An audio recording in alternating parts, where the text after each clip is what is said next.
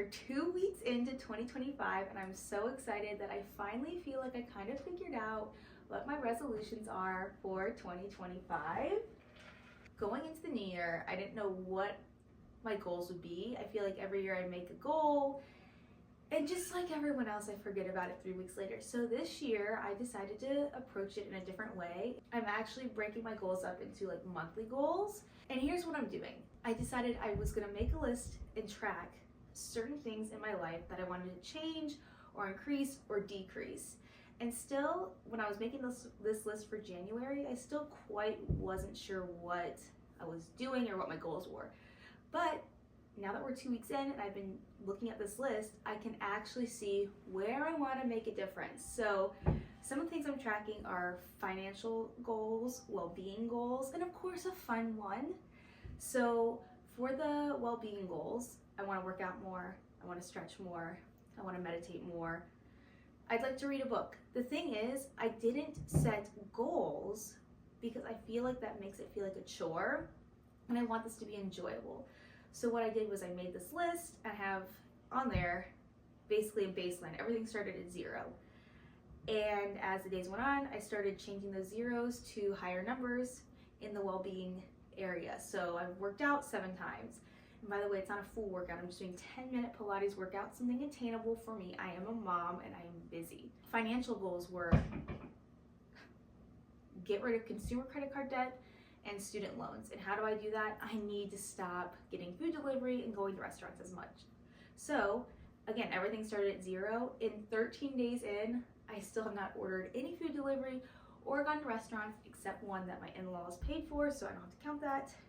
I'm also tracking sugar and alcohol. 13 days in, no alcohol. Sugar is another story, but it's been fascinating to track my sugar and what I'm eating. And actually, in my case, I tend to drink my sugar, although this is plain today.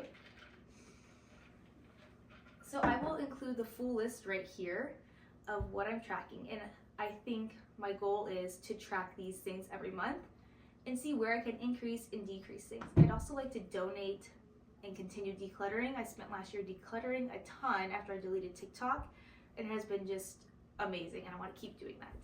I'd like to read more books. Like I said, I am reading Ina Garten's book, and so hopefully I can change that 0 to a 1 for the month of January. And don't forget, we do have a fun one.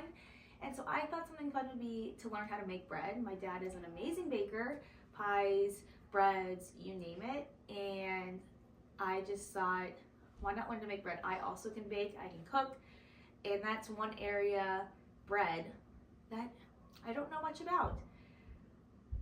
So those are my goals for 2025. I'm super excited. Hopefully this inspires you. I'd love to know what your goals are. I'm very much into self-development and growing and trying to be the best version of myself. Although I am not perfect, it is difficult.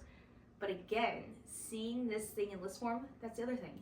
I can't forget these goals because I'm in there every single day making updates to one of the list items. So today I worked out for 10 minutes. I was in there, changed that from a 6 to a 7 or something, and I can automatically see everything in there. And the other thing is, like, I have not wanted to change alcohol from 0 to 1, so it's been actually very motivating also. So I will report back. I'm trying to decide if I want to report back at the end of each month or do like every 3 months, definitely before the end of the year. But I'm pretty excited for 2025, and I'm wishing you a happy, healthy, fun year.